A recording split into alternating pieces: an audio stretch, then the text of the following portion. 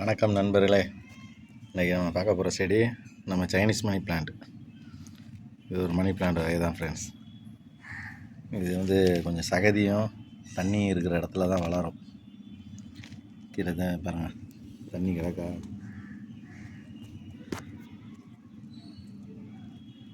கீழே சகதி இருக்கும்.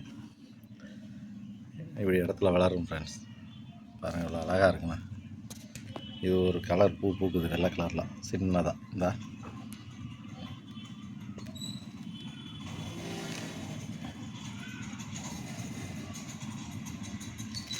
பார்க்க அருமையாக இருக்கும் ஃப்ரெண்ட்ஸ்.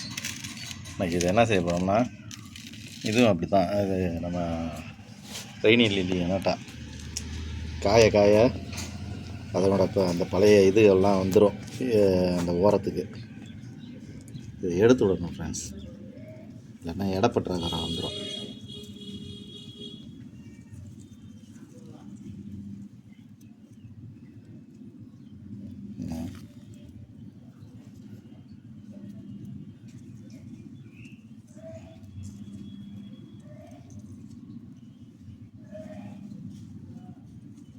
அந்த பழைய இது எல்லாம் முடிஞ்சோடனே அடுத்து புதுசு வந்துடும் ஃப்ரெண்ட்ஸ்.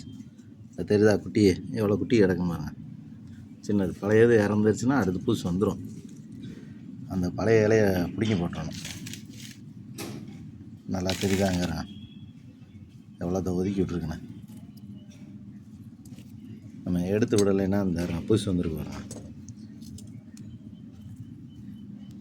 எடுத்து விடலைன்னா அடுத்து புதுசு வராது ஃப்ரெண்ட்ஸ்.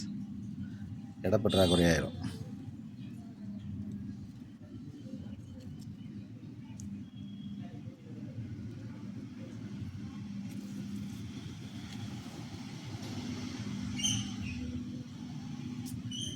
இது சைனீஸ் மணி பிளான்ட்டுன்றாங்க. இது வீட்டில் வச்சா யோகம் பணம் கொட்டும்ன்றாங்க. அப்படிலாம் ஒரு செடி கிடையாது ஃப்ரெண்ட்ஸ். வாஸ்து இது வளர்த்தா அதுன்னு எதுவும் கிடையாது. நம்ம மன திருப்திக்கு தான் நம்ம வளர்க்குறோம். அதனால் செடியை ஒரு மகிழ்ச்சிக்கு மட்டுமே வளர்க்கணும் ஃப்ரெண்ட்ஸ். லாப நோக்கத்தில் வளர்க்க முடியாது.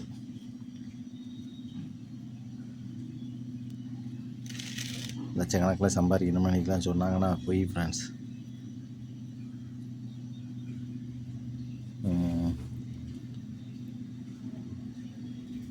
ஒரு எடுத்தாச்சு ஃப்ரெண்ட்ஸ், அவ்வளோதான்.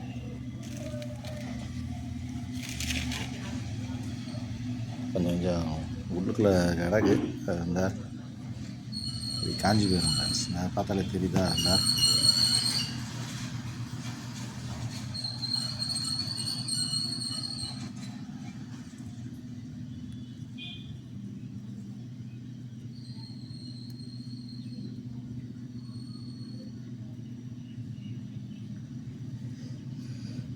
சம்மர்ன்றனால நம்ம இந்த மாதிரி செடிகளை கொஞ்சம் கவனமாக பராமரிக்கணும் ஃப்ரெண்ட்ஸ். வேகமாக செத்து போயிடும். தண்ணி ஒரு நாள் ஊற்றலைன்னா மொத்தமாக முடிஞ்சிடும்.